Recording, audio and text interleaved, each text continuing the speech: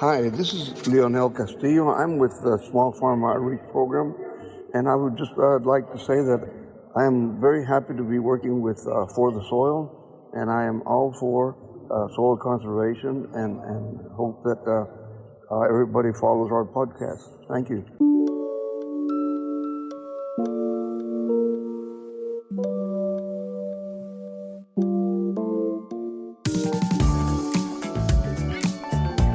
What a pleasure it is to welcome everyone to For the Soil, a conversation.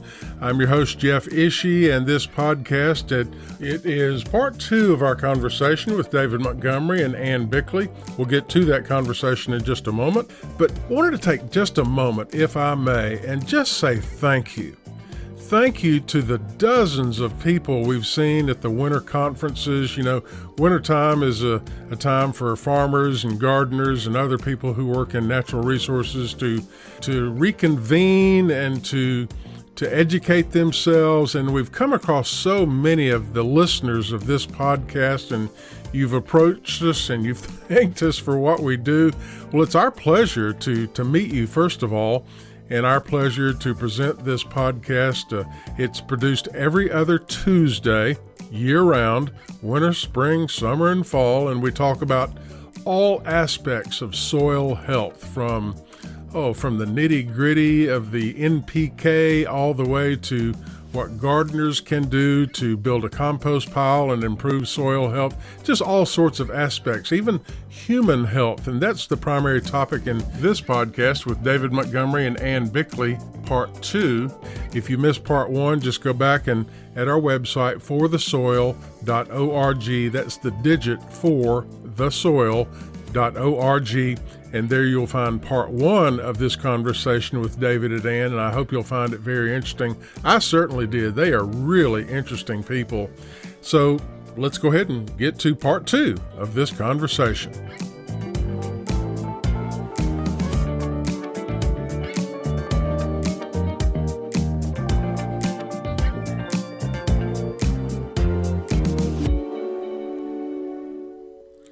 Hello, everyone, and welcome to another edition of For the Soil, a conversation. I'm your host, Jeff Ishii, and also our co-host, Eric Benfelt with Virginia Cooperative Extension, Community Viability, and Mary Sketch Bryant with Virginia Soil Health Coalition. Today's podcast is part 2 of our conversation with David Montgomery and Anne Bikle. They are a husband and wife team. Their most recent book is entitled What Your Food Ate: How to Heal Our Land and Reclaim Our Health. Once again, David Montgomery and Anne Bikle. I want to continue on the previous conversation. I do have one question. It's a real technical question, and we love storytelling, by the way. If y'all have a story to tell, please share it. But during the pandemic, I really became aware of the vast number of videos on YouTube, and I got interested in lawn care, of all things. It's soil health with our lawns. And the one technical term I kept hearing that I wanted to ask you about is humic acid. There seemed to be all these lawn care nuts, if you will, that were emphatic that you had to improve your humic acid. And, you know, they had the magic ratio and all of this. And I'd never heard of the term humic acid. Some people were describing it as brown coal, but both of you are experts with soil. What is humic acid? Yeah, you know, there's this, we've all heard of sort of, you know, the dark matter of the universe. So this is the stuff that it's out there. We know it's out there. We don't know exactly what it is, but we do know that it has a profound influence on, you know, in that case, the formation of our universe. And when it comes to humic acids, and there's probably another term I'm guessing you might have heard, fulvic acids. Yes. And what these are is that they're breakdown products of microbial decomposition of plant matter. And I'm not too sure that anyone really knows exactly what humic and fulvic acids are, because they're really complex. And from what my understanding is that it's not even the initial breakdown products of plant matter by microbes. It's these, secondary and tertiary breakdown products, and it's almost as though that it's more of a product that results from transformation, and maybe less that's stemming from decomposition. And that reminds me that maybe because one of the things we talk about in the book, when we're just trying to sort of get across, there's 4 things that you want to think about in your plant and animal foods, and we came up with the Fab 4, and that is it's the phytochemicals, it's micronutrients, it's the fat balance, and the 4th one's a little bit strange, Jeff, and it relates to humic and fulvic acids, because the 4th one is microbial metabolites. And so these are things that are made in our gut by our gut microbiome from our dietary sources, and the same in an animal. And I think fulvic and humic acids, they're the microbial metabolites that are made in and for the soil by all of these soil microbes. And we don't know exactly what they do, but it seems to be that when there's an abundance of humic and fulvic acids in the soil around any plant, I'm not sure why the lawn people are onto this, but it's pretty much any plant, that plant health is good. And so these are microbial metabolites.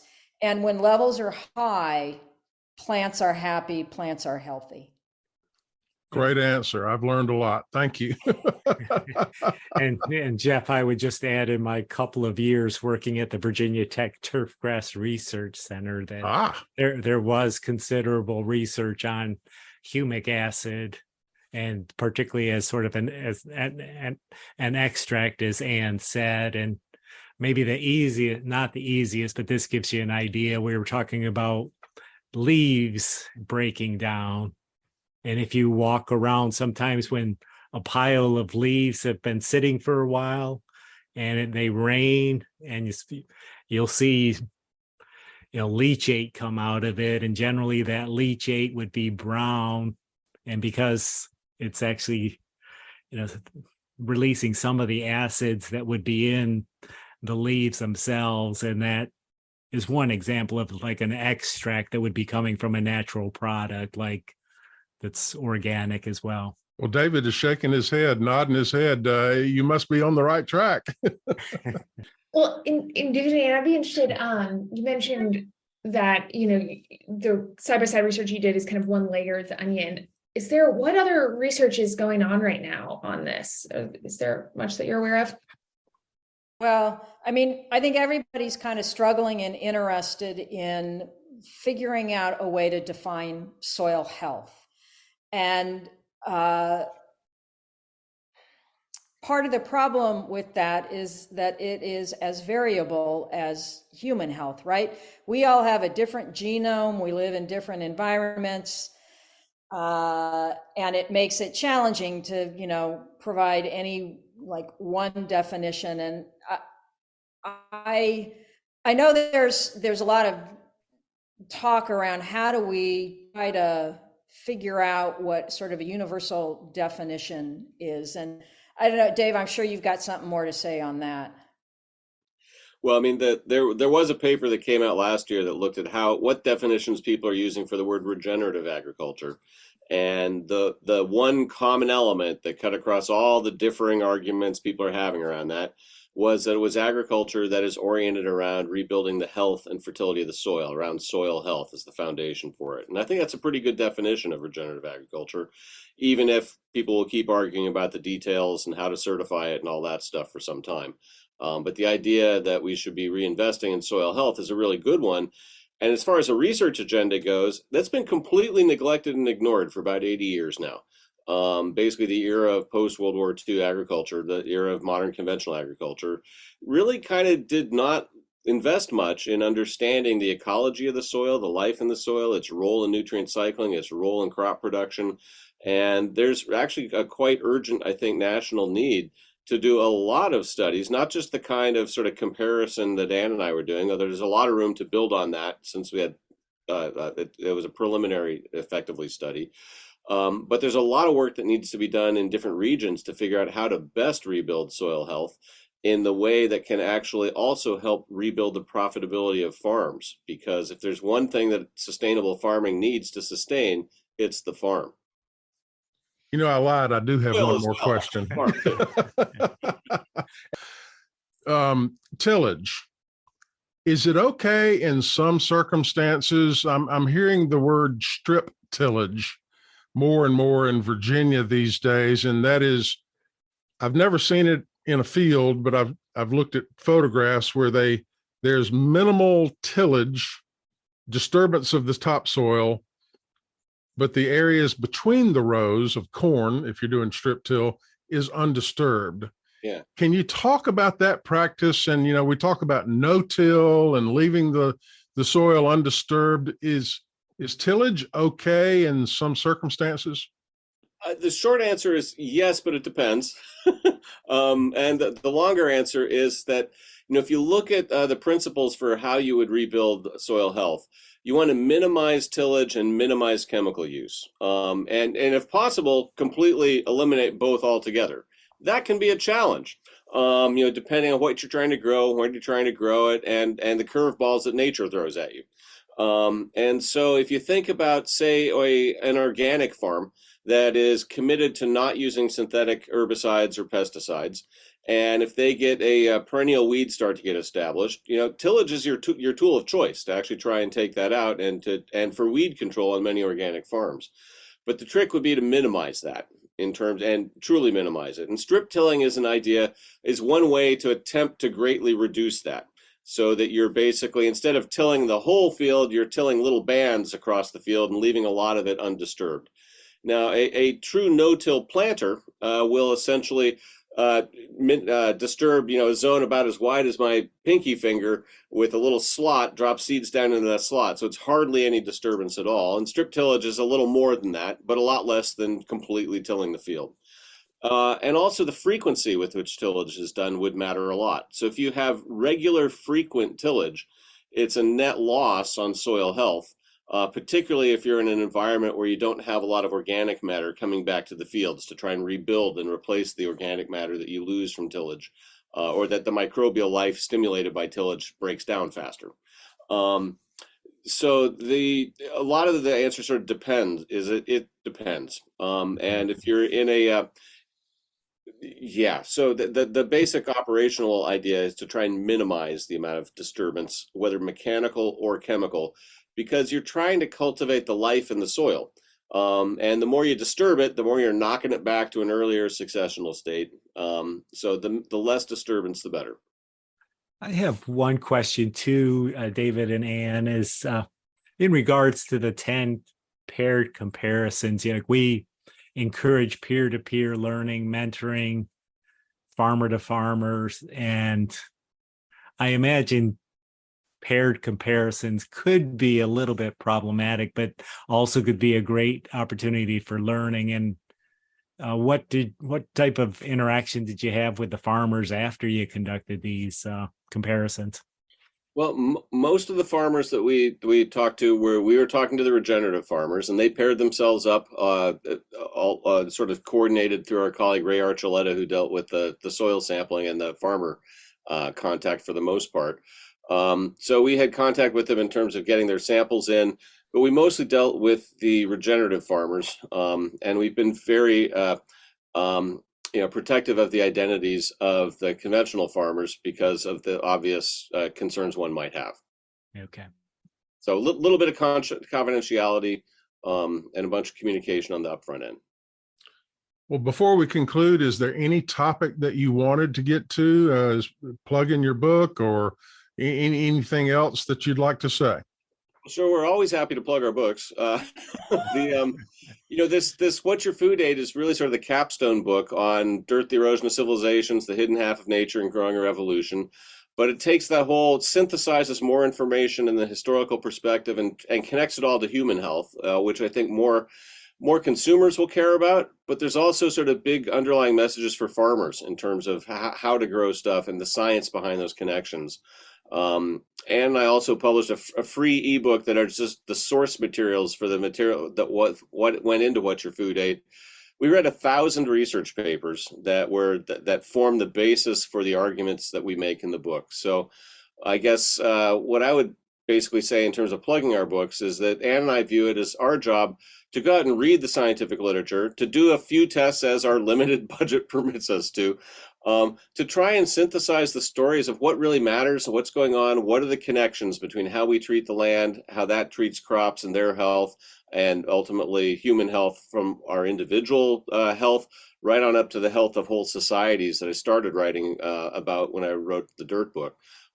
So, we encourage people to read, you can read any of these books in any order. We wrote them in an order that reflects sort of how we learned about this stuff, but it's fine to start with the new one, What Your Food Ate. And if any of the backstory grabs your attention, you can always go back and read it. Nice thing about a book is you can do it on your own pace.